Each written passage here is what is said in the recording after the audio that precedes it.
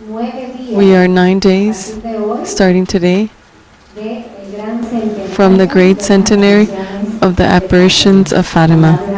So let us applaud to Our Lady.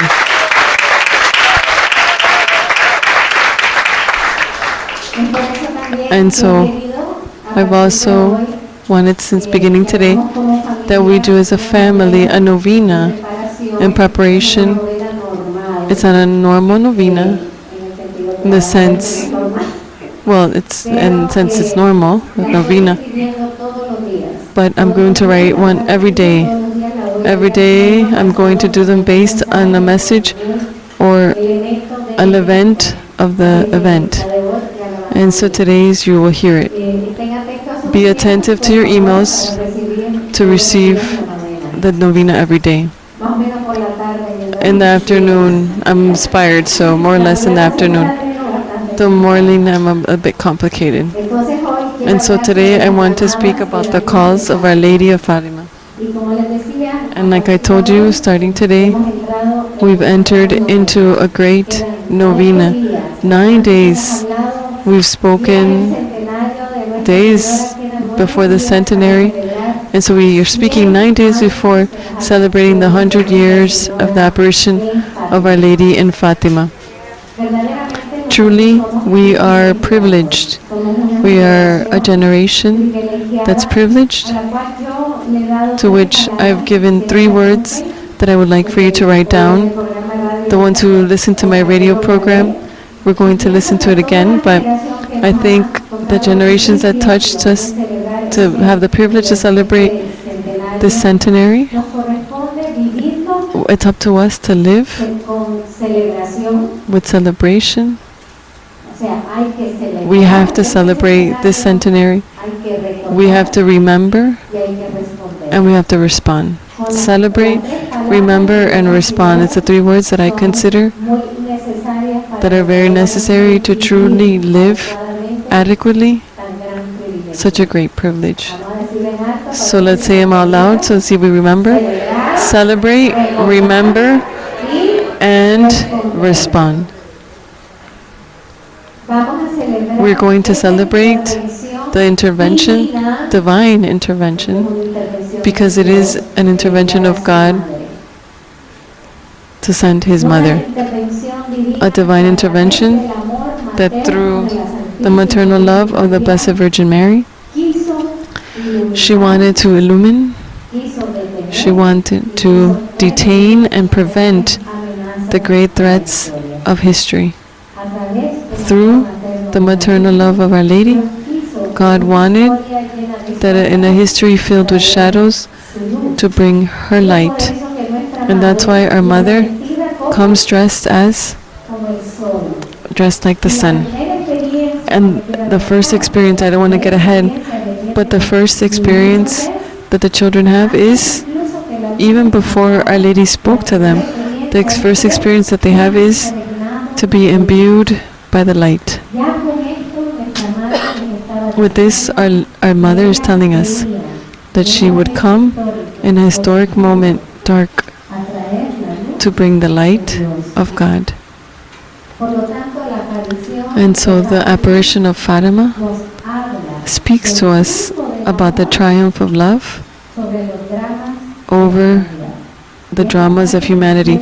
And I would like you to write down this sentence so that when they ask you, why do you celebrate so much the anniversary of Fatima? Because Fatima speaks to us about the triumph of the maternal love over the dramas of humanity.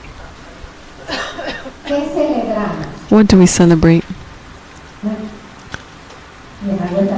I'm asking you this. What do we celebrate? That our Blessed Mother came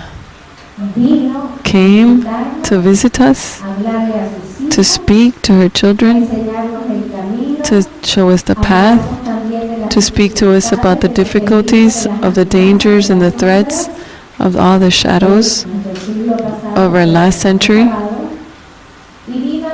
And she came to prevent those threats. How are we not going to celebrate the maternal love of Our Lady That's why we say celebrate, because we have to celebrate that we are not orphans. We have to celebrate the family that Isaac was saying, that we have a Father that has sent His only begotten Son, who became man to save us, and who sends constantly His favorite daughter, the mother of her Son, sends her to humanity for what? To communicate to us the salvation of Christ, to communicate to us the gospel, to remind us what we have forgotten, to detain the evils that threaten us. We have to celebrate the maternal love. We have to also remember. What are we going to remember? What do we remember of May 13th? The apparition, okay, the messages. What did Our Lady say on May 13th? Don't mix the 6 apparitions all at once. Google it, Sister Anna is saying. We have to remember everything. Everything. We have to remember the day. We have to remember the hour. We have to remember who. We have to remember how. We have to remember what she said, what she did. What happened? What happened with the life of the lives of those children who are going to be canonized next Saturday? What happened? We can't just go over it superficially and remember May 13th and in Covadilla, Our Lady came down from heaven. Everyone knows that. But who takes the time to go apparition by apparition, to listen to every word, every gesture, every call? Only I was little, but only going through the apparitions I discovered 12 calls of Our Lady, direct calls of Our Lady, 12 of them. If we don't even know one of them, I know the one you know, and I'm going to tell it to you. To pray the rosary every day to obtain peace. But you don't know a second part of that sentence, because only she can attain it. That's very important, brothers and sisters. No one can attain peace except her, she to whom has been entrusted by God. That's the great message of Fatima, but I'm not going to get ahead. We have to remember everything, brothers and sisters. Our Lady remembered everything. That's why she guarded some parts in her heart. No, she guarded everything. The word everything is very important. There are certain things like these that have to be absolute. Because there's people that say, no one loves me, or everyone loves me. That's a lie. We have to use the everything for it really deserves it. Our Lady guarded everything in her heart, and that everything we have to live the centenary, which we have the privilege of being chosen to live in it. Remember everything. Everything that our mother wanted, everything that our mother did. How does she come dressed? What does she have on her dress? There's so many details. Why did she have a star on her dress? Well, why was there a golden star hanging from her dress? Because it's a star. But the sense of Fatima is another thing. Star means Esther. She comes to show that she comes with the mission of Queen Esther to protect the people from extermination. We have to know this, brothers and sisters. If we don't understand, if we aren't grateful, if we don't celebrate, and also, then we won't respond. We have to remember her words, her gestures, every call, every maternal call that required of these children a response. And a serious and mature response that of children of 7, 9, and 11-year-old. How are we not going to need to remember so that we can give a serious and mature and responsible response? That's why I added the word respond, to respond. She who came in a critical moment of humanity to give us simple means but powerful remedies to avoid greater evils. Raise your hand, the mothers who've told your children, don't do this. Don't do this. We're missing hands. I don't have enough hands. I have to be like an octopus. Don't do this. Listen to me. Go another path. And what happens when we go another path? When we don't obey, there are consequences, correct? It's also good to remember the consequences to disobedience to the mother, our mother. At least to try to avoid disobeying her. Our Blessed Mother came to offer us her heart. That's something that's most beautiful that occurred in Fatima. She came to offer us her heart. And then we will speak about it, but I'm going to get ahead a little bit now. She came to offer us her heart. That's why in an apparition, she has her heart where? In her hands. And what did Lucia tell her? My heart will be your refuge, and the path, and the sure path that will take you to God. She came to offer us her heart as a refuge.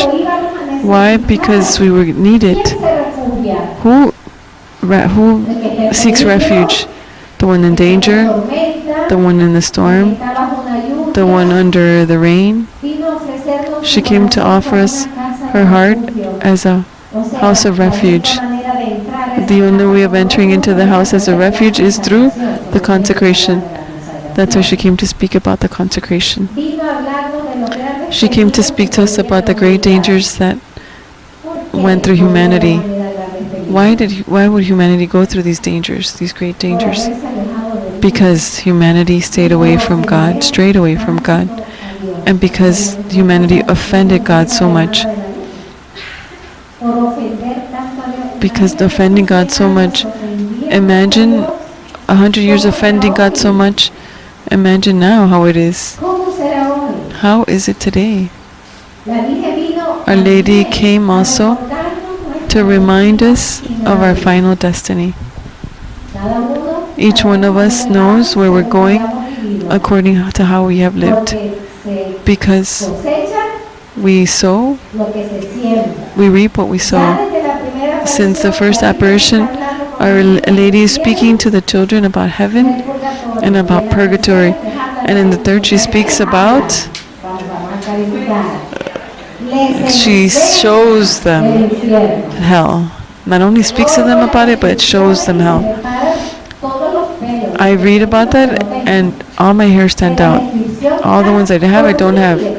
Of the horrible description of hell. Therefore, Our Lady came to remind us that let us not forget our modern world, that everything ends when I die. No, my dearest child, everything begins when you die, and it begins in an eternal way. Either hell, heaven, to where everyone wants to go. It's a song from the Charismatic Renewal. Or purgatory, which is if we arrive there, we at least are assured going to heaven at one point. But with the cleansing that we're going to need to live, that's why it's better to suffer here on earth to do penance while we can, mortify ourselves while we can, offer the sacrifice to go directly to heaven, so that we don't have to go through purgatory. But Our Lady speaks about the three great destinies of the human heart, eternal destinies, heaven and hell, and in the middle of purgatory, where you're going to be cleansed to be totally pure and clean, because no one impure can be before God. Our Lady said, Our Lady came to counterattack with her presence and her calls the great work of the evil one that was unleashed in the 20th century. What love of a mother. She knew, remember, the vision of Leo XIII, that for 100 years the devil would be more than loose. Well, she came with her maternal presence to counterattack, and we're going to see the counterattacks of Our Lady, and the same messages, and the same events that took place during 6 months.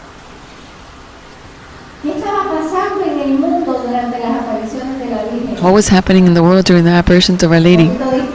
A little bit of history here. The First World War. World War. That was called, since a world war had never come, then it was called the Great War. In the middle of a world war, Our Lady appears, and Our Lady stops that war. That was one of the messages. She stops it. So she comes to counterattack evils. Then who caused those evils? The devil. With man. It wasn't just the devil by himself. Just like the good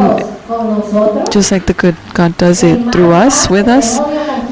Evil, well, the devil does evil with us too.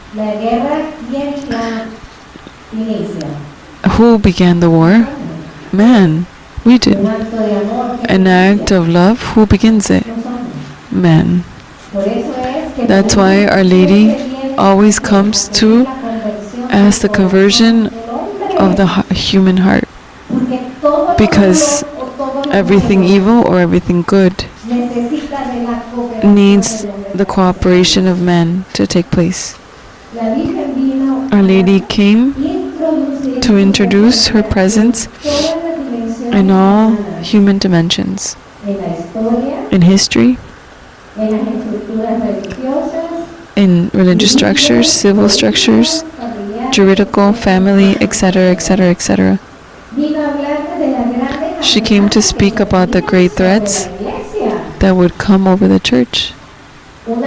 One of the apparitions that's most direct in speaking to us about the threats against the church, to the point that she spoke about the great persecutions that would come, that the Pope would have to suffer much, and she revealed often to the children the Pope crying, the Pope in blood, and Jacinta offers her life for the Pope who's with blood. So thank you, Jacinta, for having saved St. John Paul II. She offers her life for that Pope full of blood. And that's how history was altered, with the yes of these little children. To us also, we have to alter history today with our yes.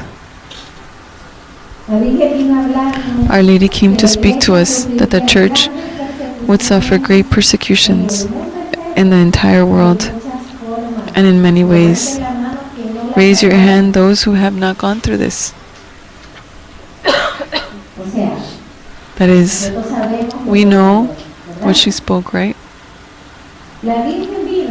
Our Lady came to ask us for prayer, like she always does when she appears, to ask us for prayer. Why did Our Lady come to ask us for prayers?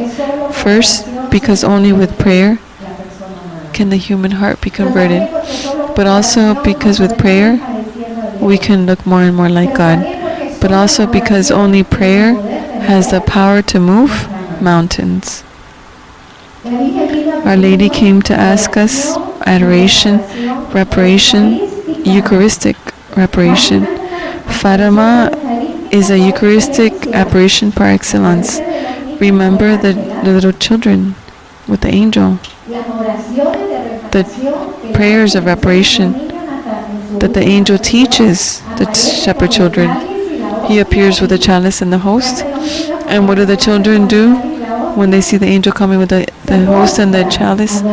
They prostrate and adore the Lord Jesus. And then the chalice and the host remain suspended in the air. Look behind there, the angel is there. So everybody get down on your knees. And then the angel loosens the chalice and the host, and the chalice and the host remain suspended in the air. That is, there was a Eucharistic miracle there. Isn't that a Eucharistic miracle? And the angel, what does he do? He also kneels and shows the children a famous prayer of reparation for all the Eucharist and all the blessed sacraments in the world. In Fatima, Our Lady taught the children sacrifice. Sacrifice. There's a moment when Our Lady says, God is happy with the sacrifices that you are doing. I feel that that's so tender. They were doing sacrifices, and Our Lady was taking them to God. And imagine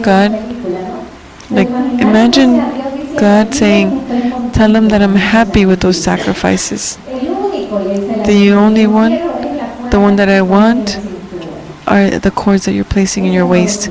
I don't want that sacrifice. That's too much for you. But I ask myself, if Our Lady appeared today, or to you, if she would tell us, I am happy with the sacrifices that you are doing. Those sacrifices are helping me change the world.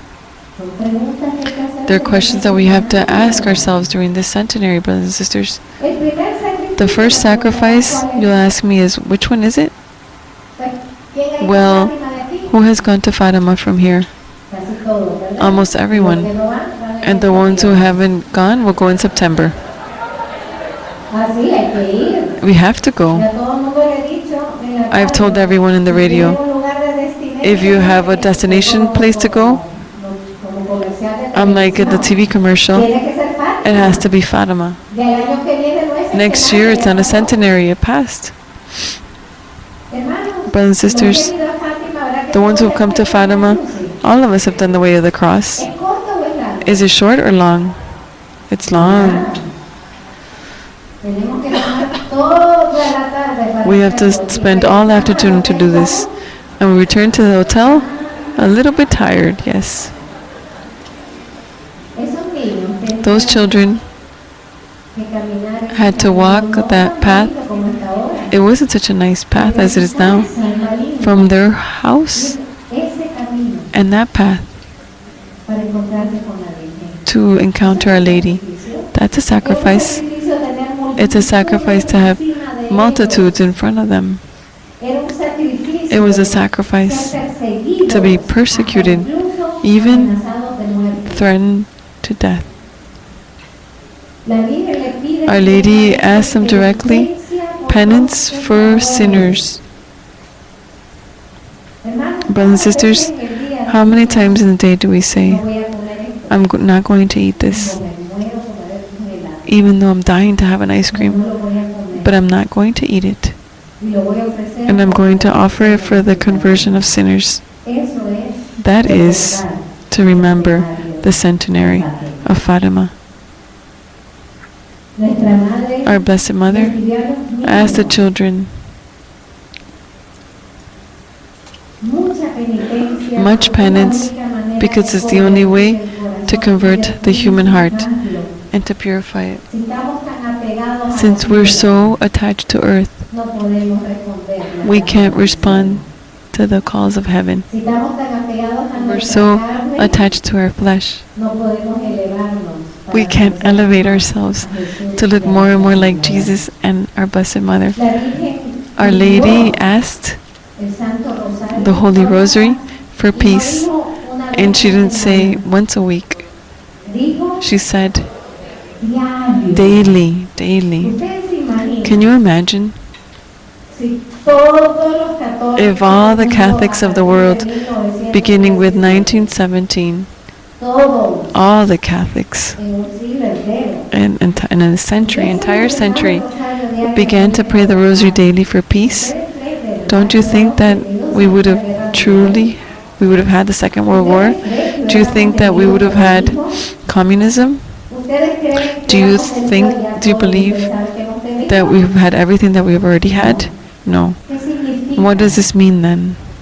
That Our Lady asked something and very few responded. Not enough to move the great strength of evil, because evil has strength, and of course it has it. In many ways it has strength, and sometimes we say, how is it possible that this isn't finished? We have to ask ourselves, how many hours of penance sacrifice are done for this to be finished? Jesus said in the Gospel, there are certain spirits that are only with prayer and fasting can be eliminated. And if we haven't been able to remove certain spirits, it's because we're lacking on fasting and prayer. And that's why Our Lady continues up to appear and asking for prayer and fasting, because she knows that the malignant spirits of our times are very strong, and they've been deeply rooted, and to get rid of a plant from its root, it's very difficult. Well, that's what it means to remember the centenary, that Our Lady asked reparation. Brothers and sisters, what is reparation?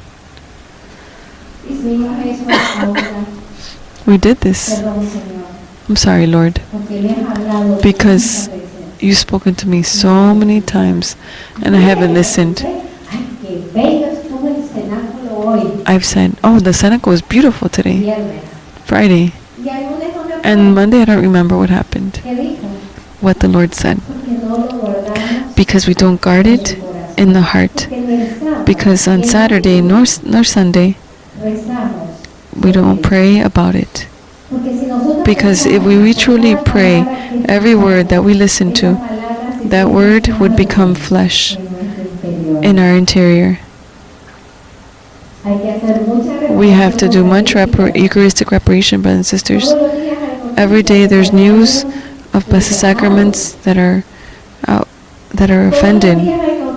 Every day we hear in the news of hosts that are being used incorrectly.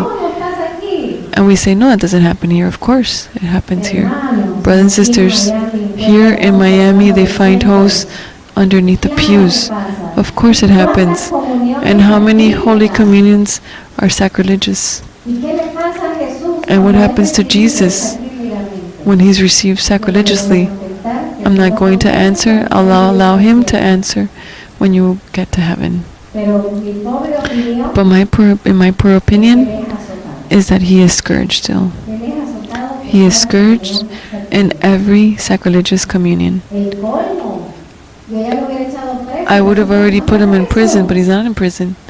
The man, I don't know what part in Spain, who stole 361 consecrated hosts to write blasphemy with those hosts.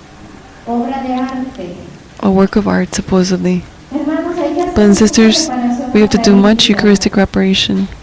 100 years passed, and everything continues pretty much the same. Our Lady came to teach us an efficacious means for the triumph of her Immaculate Heart. Consecration, total consecration to her heart. Because if we live inside her heart, if we belong entirely to her, what is she going to reproduce in us? Her Son. If we enter into her womb, we are going to be the blessed fruit of her womb, just like her Son, If we live in her heart and we allow ourselves to be formed in the school of her heart, what is she going to form in us? Men and women who look more and more like Jesus. But Our Lady also needs apostles. The first apostles of the Immaculate Heart of our time are these little shepherd children. They're these little children. And beginning with Fatima, Our Lady has used in many apparitions with signs of authenticity, because there's been many apparitions, many with signs that are not at all authentic. But apparitions with signs of authenticity, Our Lady used the word apostles. I need apostles. Remember that St. Louis Maria Grignon de Montfort said that there would be a time would come, the time would come when Our Lady would begin to gather apostles and form them. This is the era, brothers and sisters. Apostles of her heart. For what? So that we promote what she asks. Jesus wants to promote devotion to my Immaculate Heart, and if it's spread about, then many souls will be saved. I want to ask you a question. Do you want many souls to be saved? Well, we have to do something about it. Because sitting and saying yes, no one is going to be saved. We have to pray, we have to do penance, and we have to actively promote devotion to the Immaculate Heart as a sure means to arrive to the heart of Christ. Our Blessed Mother came to ask us to occupy our place in history. How does she ask it? Asking through the little children. Take your place in history. If so much depended on these children, for me, what's impressive about Fatima is how much depended on these three little children. How much? History of the 20th century depended on them. The history of the church of the 20th century depended on them.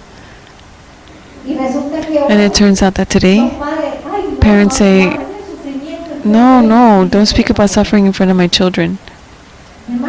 Brothers and sisters, you can't create kids, you can't raise kids in a bubble. When that bubble bursts, the hit is stronger. Because we live in a valley of tears. We have to know how to form children before suffering. If you enclose them in a bubble, those young people will not know how to deal and confront sufferings in life. And then they take easy paths of escaping. Our Lady placed so much in the hands of these little children, and for me that's so impressive of Fatima. Now I ask myself, the 21st century, how many years have we been living the 21st century? 17 years, just like them. They were living 17 years in the 20th century. And brothers and sisters, there's 17 years of great lights. But there's also 17 years of this 21st century of great shadows. Every day, a great darkness appears in the news. That is, what does the centenary mean for you and for me? That Our Lady wants to tell us that much depends on us, so that history of the 20th century may not be repeated in the 21st century. It's very impressive to me when Pope Francis has said that we are in the Third World War. But he says that we're in it in pieces. It's different. This isn't one single one, but it's here and there and over there in different ways, in different forms. Well, I don't know how much it's going to last in bits and pieces, because it depends who takes that piece.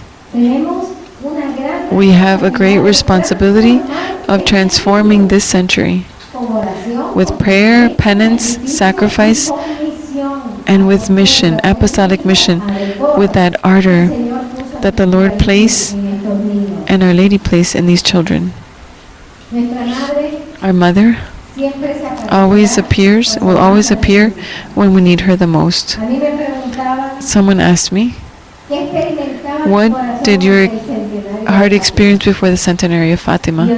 And I said, well, what I've sensed in my heart, found emotions. In one way, I celebrate that our Blessed Mother never leaves us alone.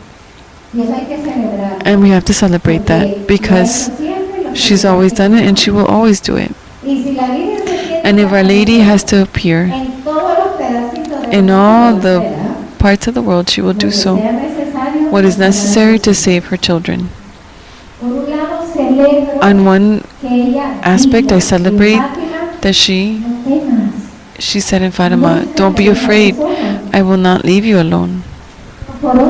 And now on another side, it causes me a bit of suffering because 100 years have passed. Brothers and sisters, who is here is 100 years old? 100 years is a lot of time. 100 years have passed, and everything that she wanted to tell us with her maternal cause, because of a lack of a response from our part, and I begin with the Catholics, because I'm not going to ask the Protestants to listen to the calls of Fatima, even though, so you see, there's Protestants who are reading about Fatima. Muslims go very much go to Fatima. Why don't Catholics go? But let's speak about Catholics. We are the ones who are supposed to hear and listen to Our Lady, the Mother, because we have her as our mother. What happened to us? We did not listen to her. Oh, how great to come to Fatima, to see the sun doing turns and turns and turns. And when people speak about Fatima, what do they speak about the most? The miracle of the sun. And no one speaks about what Our Lady asked. And this happens a lot in places of apparition. I'm not against the signs. The saints have a great place in salvation history. Our Lady herself did the miracle of the sun. She did like that with her finger. Turn, turn, sun. She's dressed she's clothed with the sun. And she's the queen of heaven and earth. What a shame that with her little finger she does that to the sun, and the sun comes back and forth, side to side. And she tells us, does the same thing, and we don't even move. It causes me suffering because everything that she came to cry with her maternal calls, because of our lack of a response, not only was not avoided, but there were greater evils that came. Because we have to take responsibility about this, brothers and sisters. When Our Lady asks for something, when the Lord asks for something to avoid an evil, if we don't do what we're asked, not only are we not going to avoid the evil, but the evil is augmented. We give strength to Satan because Satan rejoices in the disobedience of the children of God.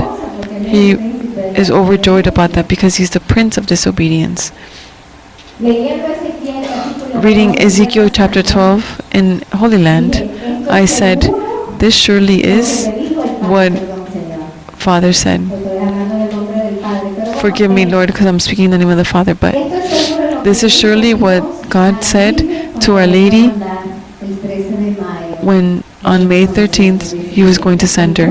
May 13, 2017. Listen to how perfect. Ezekiel 2, verse 4. Ezekiel 2, chapter 2, verse 4. I am sending you to an obstinate people, a people hardened of heart, that you should warn them and tell them, thus says the Lord. Brothers and sisters, everything in the Old Testament and the New Testament, we listen to those same words today. I think today, a people of a hardened heart. The first reading, we are a people of a hardened heart. There's obstinate, stubborn, however you want to call it. We are them, and we have to recognize it to ask forgiveness. 100 years where history could have been different, very different. However, it's filled with shadows. Great suffering, great persecution that has not ended. They continue. The sequel continues. The sequela of suffering continues. Don't you think you're part of the persecution that a priest dies, a young priest dies in Venezuela because medicine was denied him? It's a very sublimized way of ending with priests. And we could see story by story, and we don't have to be pessimistic and say the world is terrible, there's nothing else to do. Of course there's something we can do. When we have to work, the darker it is, the more you have to shine and turn on the lights. How many wars, brothers and sisters? How much violence we're living? I love how throwing missiles is one threatens to throw missiles. Like if you're just throwing anything, I'm going to send you a missile, and who's going to die in the missile throwing? Because the one who's sending them isn't going to die. The one who's going to die is the one who's going to receive them. But life doesn't have any value, because if a child inside his mother's womb has no value, then how are we going to have any value? Wars because of religion, eclipse of God, renouncing the commandments and moral law, concentration camps. I love going to Auschwitz because it says something, but nobody really paid attention, and I'm a witness of this. We have to remember the shadows so that history is not repeated.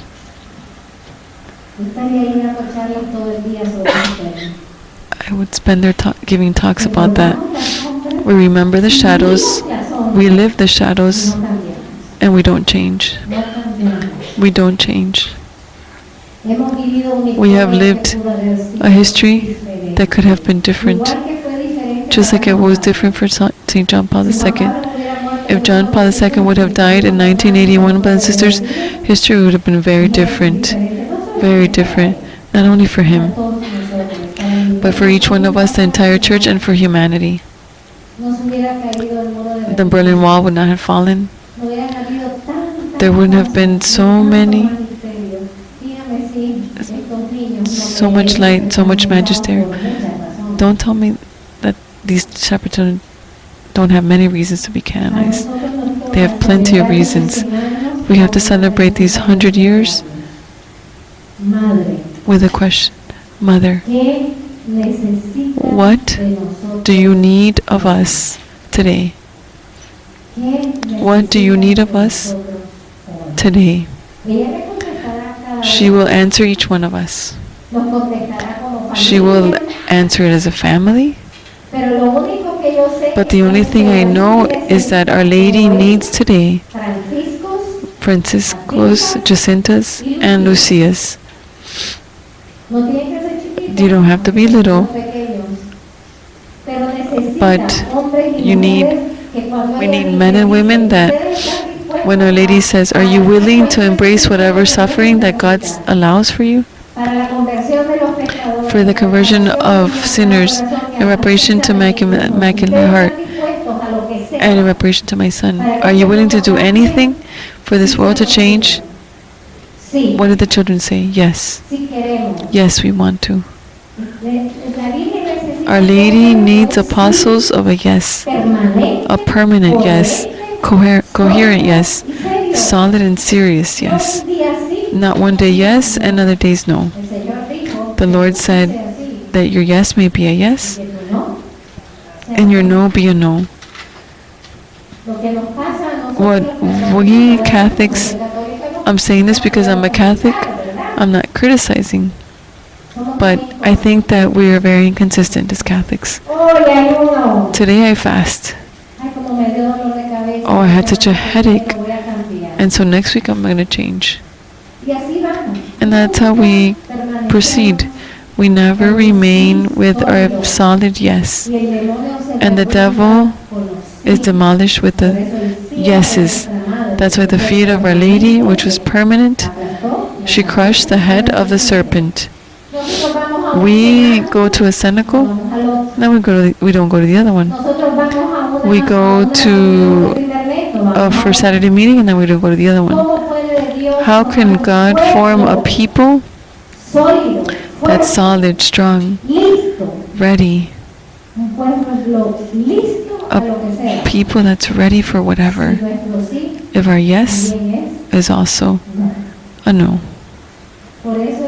That's why the Lord needs Jacintas, Franciscos, and Lucias to fulfill today the logo of our year. I'm not even going to ask, because the year is going to finish, and many of you did not even remember it. Many perhaps don't even remember what the letter said.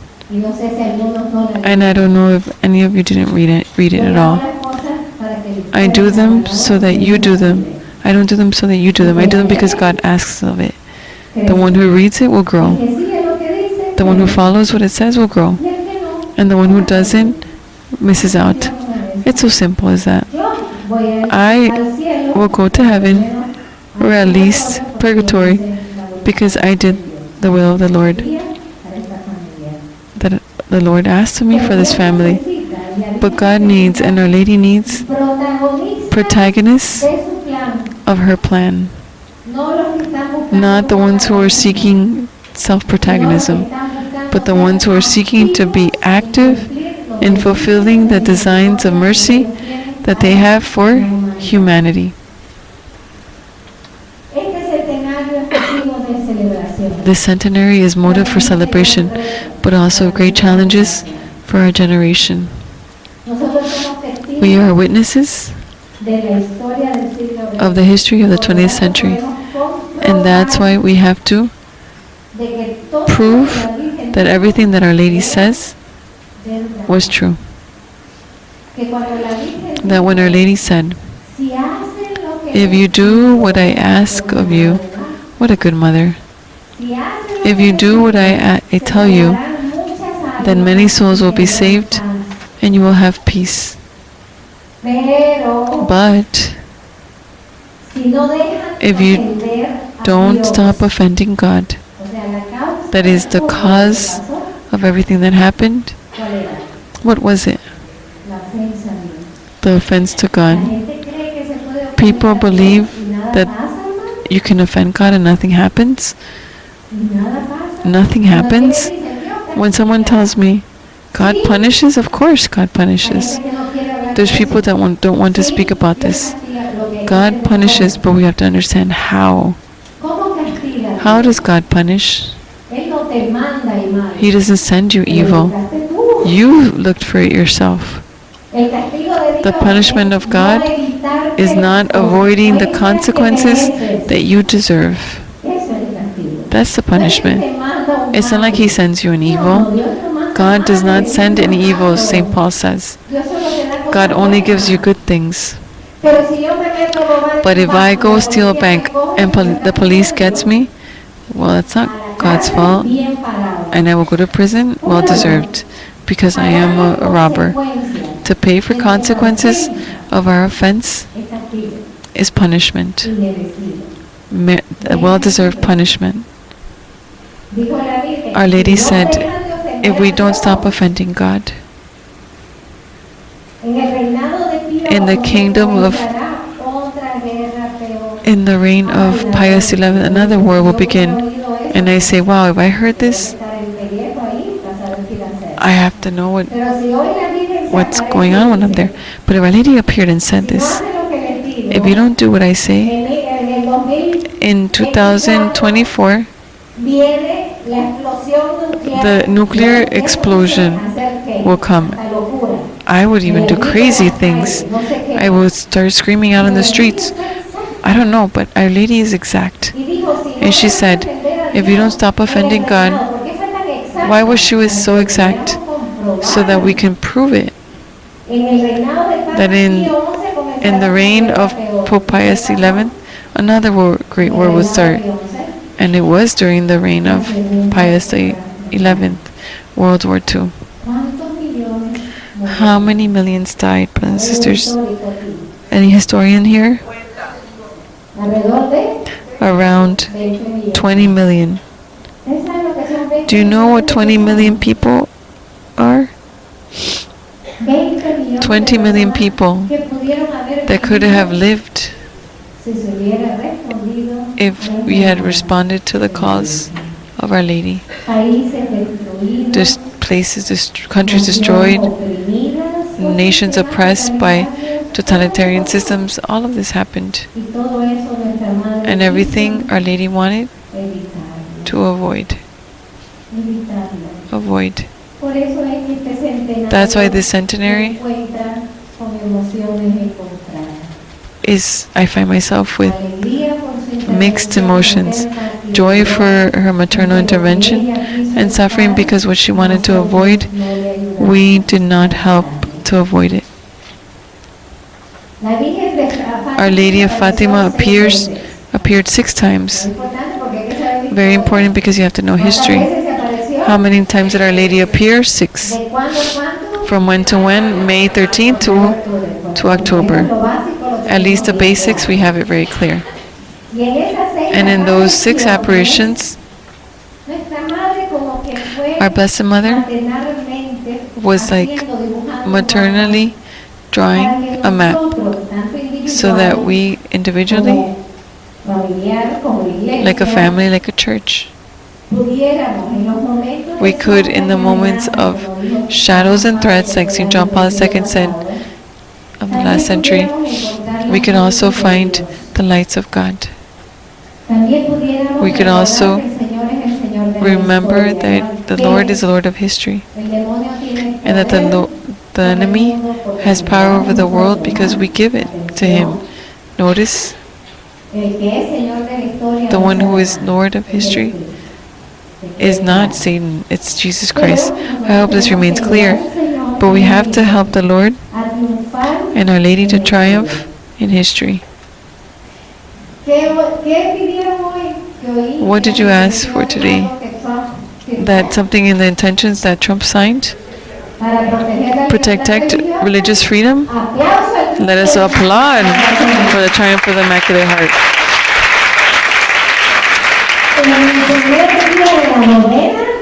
In the novena, in the first day of the novena of the triumph of the Immaculate Heart, tremendous triumph. Perhaps our president doesn't know that it's the first day of the novena to the Immaculate Heart. But we can tell him, so he knows that he did a great thing on the first day of the novena. Presidents know a lot more about apparitions than us faithful, because they believe that the apparitions have historical impact. And the ambassador of Reagan told it to me. When they reported apparitions, the most credible ones, they're the ones who seek the messages, because they believe that it has historical implications more than us. We have to write chapters, luminous chapters in history, in this century, besides the shadows that surround us. Our Lady showed a spiritual path to the little shepherd children, and that's why they arrived to holiness in such a short time. And St. John Paul II said this in the beatification of the shepherd children, because they criticized John Paul II so much for canonizing these little shepherd, for beatifying these shepherd children. They weren't martyrs, they died quickly. They gave them so many arguments from supposed wise of this world. And St. John Paul II said, he said it very easily, and he said it in the homily so everyone listens. He said, because you go to holiness a lot quicker of 2 years of obedience to Our Lady than in all of our entire lives following our own spiritual path. With 2 years of obedience, of total obedience to Our Lady, they were able to attain heights of holiness, and on Saturday they're going to be saints, not only blesseds. And Lucia, I hope that on October 13th, I'm praying, so that on October 13th she's beatified. I'm praying. I'm not saying it's going to happen. I'm just praying. Pray also that this happens. There's fundamental points in these 6 apparitions. Because there were 6 apparitions, Our Lady said that a 7th would come. She didn't say that it would happen in Covadría. I will come a 7th time. And I say this and I clarify because I've had many emails this week asking me of people that are saying that Our Lady said, I will come here a 7th time. We don't know it's going to be now in the centenary. Imagine everything. But Our Lady didn't say here. Our Lady said, I will come a 7th time. And she did do it. She went to visit Lucia in the convent. That's another chapter. We're going to stay with the 6th. The 7th we'll see it the next month. In these 6 apparitions, Our Lady said, she did and showed a spiritual path to avoid evils, that if we do it today, we can cooperate with her to save the 21st century. And why do I say save the 21st century? Because Pope Benedict said that in the 21st century, either it was a century of Our Lady or it wasn't a century at all. Pope Benedict XVI said this. If you have a problem, call him. I'm just repeating what he said. It's either the century of Our Lady or it's not. What does this mean? Ask him. Call him. Call him to Mater Ecclesiae next to the Holy See. Therefore, we have to know first that the triumph of the Immaculate Heart is taking place. We have seen it progressively, like a ball of snow. Every day, raise your hand when you see it, give a triumph to the Immaculate Heart every day. So Our Lady has triumphed. Raise your hand, the ones who have seen triumphs in history in the years that you've been living. She does triumphs. She attains victory that seemed impossible to attain. But we need the definitive truth that she promised in Fatima. And why do I say it's missing? We need it because I'm not from certain sectors. Because Our Lady said, at the end of all these things, my Immaculate Heart will triumph, and there will be an era of peace. Who believes that we're in the era of peace? Nobody, right? Therefore, that end, that triumphant seal, that the trumpet playing at the end, I'm going to give it to her with a little trumpet. But that big trumpet, final trumpet playing, was a promise of Our Lady, and it has not been fulfilled yet. We still have not. It has not been fulfilled, and it will be fulfilled when? In this century. It has to be fulfilled. I don't know if I'm going to see it. I hope I can see it. But if not, then I'll see it in the higher ground. In the higher place in the tree. Yeah, with a better view. St. John Paul II said in the year 2000, the message of Fatima seems to draw closer to its fulfillment. And Benedict XVI said in Fatima, you're wrong, the one who thinks that the prophetic mission of Fatima is finishing. That means, what did the 2 popes want to tell us? Continue working strongly. Continue listening to the calls of the Mother. Continue responding to everything that she asks, so that the design that she has can be fulfilled, and that will end and conclude with a great triumph of her Immaculate Heart. That's going to be a great triumph for Jesus Christ.